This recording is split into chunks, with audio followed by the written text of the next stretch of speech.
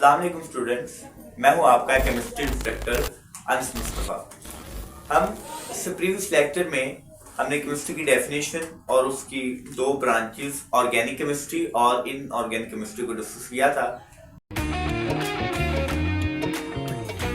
आज जो इसकी रिमेनिंग ब्रांचेस है हम उसको डिस्कस करने जा रहे हैं।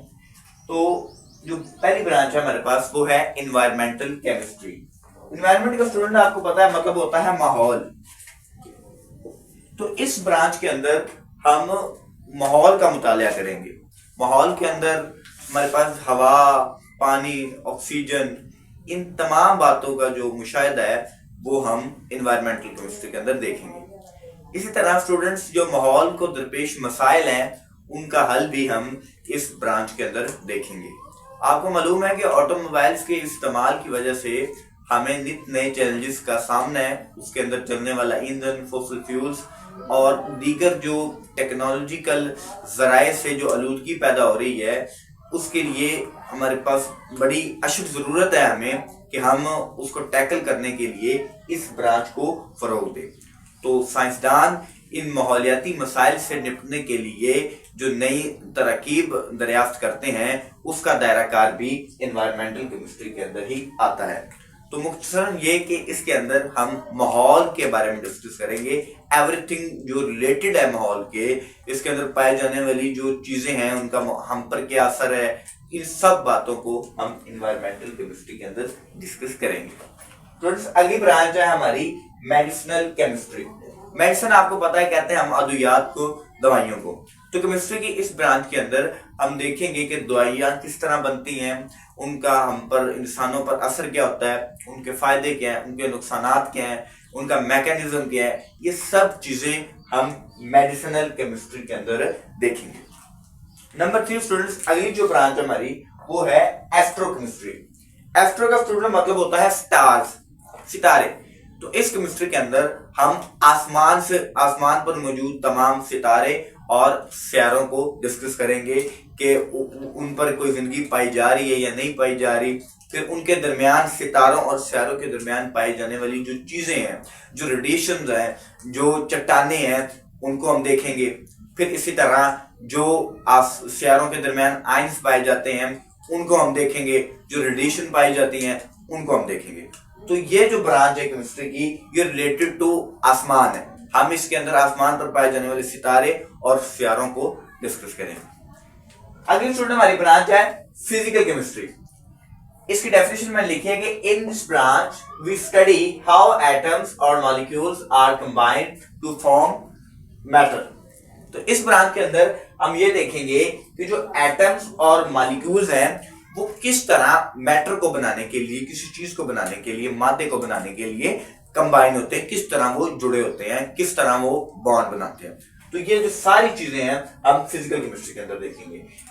स्टूडेंट सेकंड चीज जो हम इस ब्रांच के अंदर देखेंगे वो है एक्शन ऑफ फिजिकल लॉज। इसके अंदर अगली चीज हम देखेंगे कि फिजिकल जो कवानीन होते हैं, जिस तरह thermodynamics, law of conservation of energy, ये जो कवानीन है ये किस तरह बॉन्ड को बनाने में हमारे लिए मददगार होते हैं। किस तरह जब बॉन्ड बनता है तो एनर्जी खारिज होती है, किस तरह जब बॉन्ड टूटता है तो एनर्जी जज्ब होती है। ये सब चीजें हम इस फिजिकल केमिस्ट्री के अंदर डिस्कस करेंगे। स्टूडेंट्स अगली जो ब्रांच हमारी इसका नाम है जियो केमिस्ट्री। जियो का मतलब स्टूडेंट होता है जमीन। तो केमिस्ट्री की इस ब्रांच के अंदर हम देखेंगे कि in this branch we study the composition of earth. इसमें हम अर्थ की कंपोजिशन देखेंगे।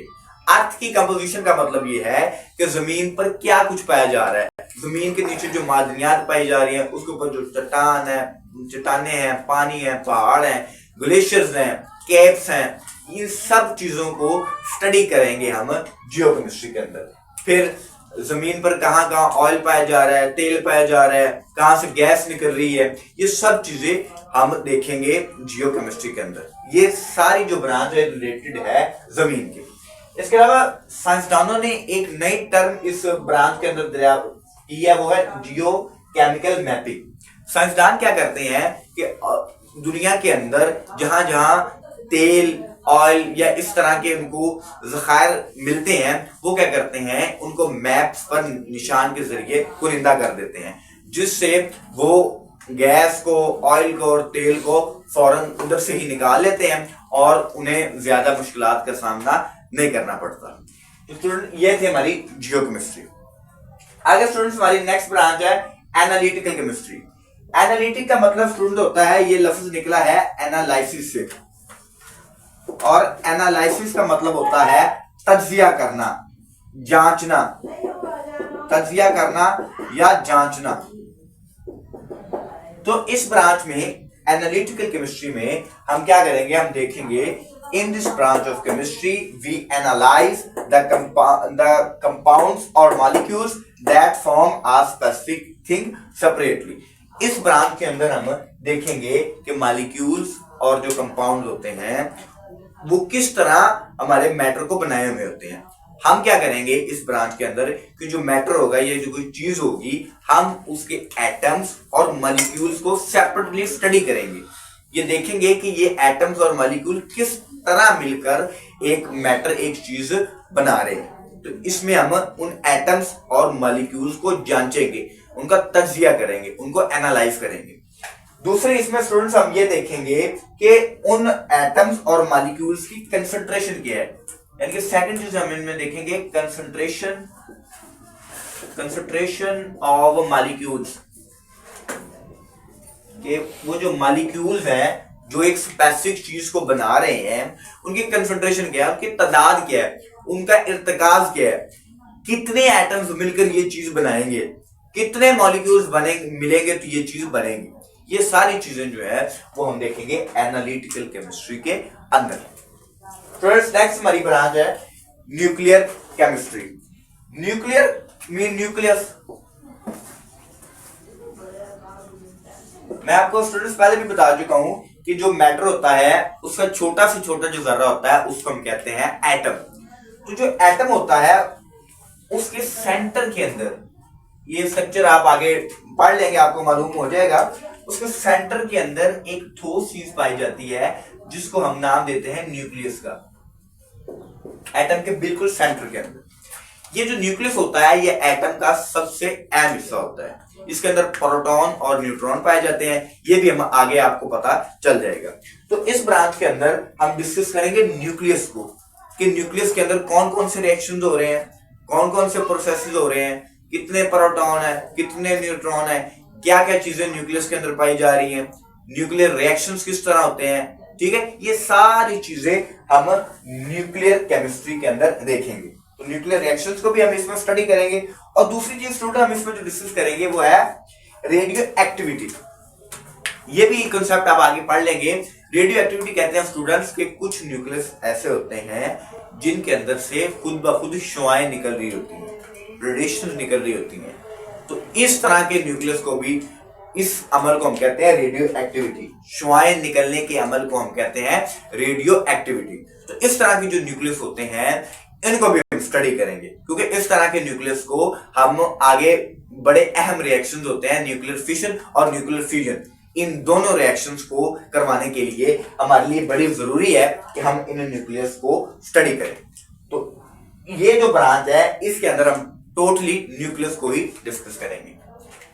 नेक्स्ट ब्रांच है स्टूडेंट हमारी बायोकेमिस्ट्री। बायो का मतलब होता है स्टूडेंट जानदार, मीन लिविंग थिंग, जिसके अंदर कोई जान होती है। तो इसके अंदर हम क्या देखेंगे, in this branch we study all biological molecules that are necessary for living organisms. इस ब्रांच के अंदर हम उन तमाम मॉलिक्यूल्स को डिस्कस करेंगे जो इंसानी जो जानदारों के अंदर पाए जाते हैं। स्टूडेंट्स बायोलॉजिकल मॉलिक्यूल्स में हमारे पास 4 मॉलिक्यूल्स बड़े अहम हैं। नंबर 1 उनमें आ जाते हैं कार्बोहाइड्रेट्स,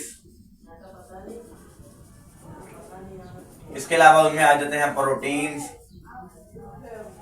इस तरह उनमें आ जाते हैं लिपिड्स, इस तरह उनमें आ जाते हैं nucleic acids. Nucleic acid student 2 चीजें कंटेन करते हैं, एक डीएनए और दूसरा आरएनए। तो carbohydrates, proteins, lipids, nucleic acids, ये सब हैं बायोलॉजिकल मॉलिक्यूल्स। ये हर जानदार के अंदर पाए जाते हैं। तो इनकी स्टडी हम करते हैं बायोकेमिस्ट्री के अंदर, क्योंकि स्टूडेंट्स यही मॉलिक्यूल्स हैं जो जानदार को जिंदा रखते हैं, जो जानदार की जिंदगी को बरकरार रखने के लिए जरूरी होते हैं। तो इस ब्रांच के अंदर हम इन जो मॉलिक्यूल्स हैं, कार्बोहाइड्रेट्स, प्रोटीन्स, इन सबको स्टडी करते हैं और देखते हैं कि इनका हमारी जिंदगी पर असर क्या है, ये कितने तादाद में हम ले तो हमारे लिए फायदेमंद है, कितने ले तो हमारे लिए नुकसानदायक हो जाएंगे। ये सब चीजें हम देखेंगे बायोकेमिस्ट्री के अंदर। स्टूडेंट्स लास्ट ब्रांच है हमारी पॉलीमर केमिस्ट्री। सबसे पहले हम देखते हैं कि पॉलीमर क्या है। पॉलीमर स्टूडेंट होता है a large molecule that is formed by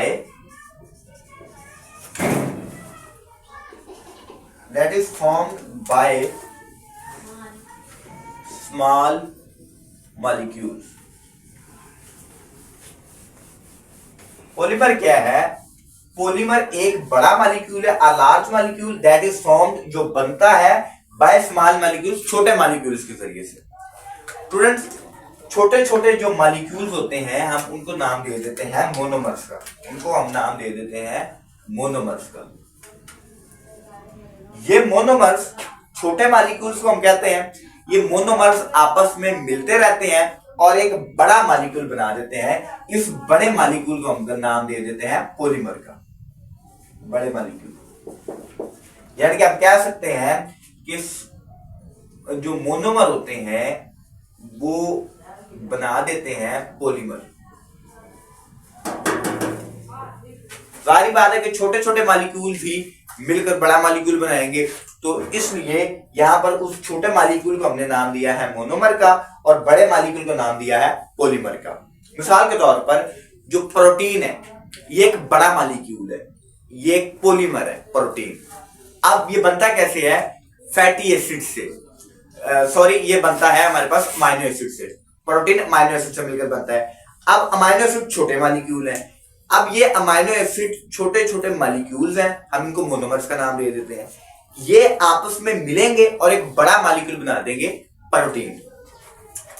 यानी कि प्रोटीन्स किससे बनते हैं? हमारे पास अमाइनो एसिड से, और ये जो अमाइनो एसिड्स हैं ये मिलेंगे, ये कंबाइन होंगे हमारे पास और क्या बना देंगे? हमारे पास दोबारा प्रोटीन बना देंगे। तो हम कह सकते हैं कि जो अमाइनो एसिड है हमारे पास ये है मोनोमर, और जो प्रोटीन है ये क्या है? ये पॉलीमर है, ये बड़ा मॉलिक्यूल है। इस तरह स्टूडेंट लिपिड्स की मिसाल भी आप ले सकते हैं कि जो लिपिड होते हैं हमारे पास वो फैटी एसिड से मिलकर बने होते हैं। तो जो फैटी एसिड होंगे वो मोनोमर होंगे क्योंकि वो छोटे मॉलिक्यूल है, वो आपस में मिलते हैं और एक बड़ा मॉलिक्यूल लिपिड बना देते हैं। तो लिपिड क्या होगा? हमारे पास पॉलीमर होगा। स्टूडेंट्स इस पॉलीमर केमिस्ट्री के अंदर हम इन तमाम पॉलीमर्स को डिस्कस करते हैं। हमारे पास मुख्तलिफ तरह के पॉलीमर्स होते हैं, जिस तरह हमारे पीवीसी पॉलीविनाइल एसिटेट हम जो पाइप इस्तेमाल करते हैं, ये सब पॉलीमराइजेशन से बनते हैं। छोटे छोटे मॉलिक्यूल्स किस तरह मिल रहे हैं, वो किस तरह बड़ा मॉलिक्यूल्स बना रहे हैं, कौन कौन सी चीजें हैं जिनको हम इन छोटे छोटे मॉलिक्यूल्स के जरिए बना सकते हैं, ये सब चीजें हम डिस्कस करते हैं पॉलीमर केमिस्ट्री के अंदर। तो स्टूडेंट ये थी हमारी तमाम ब्रांचेस जो आपकी बुक के अंदर दी गई थी। स्टूडेंट्स मैं उम्मीद करता हूं कि आपको समझ आ गई होगी। इंशाल्लाह अगले लेक्चर के अंदर हम अपने अगले टॉपिक्स को डिस्कस करेंगे। तब तक के लिए अल्लाह हाफिज।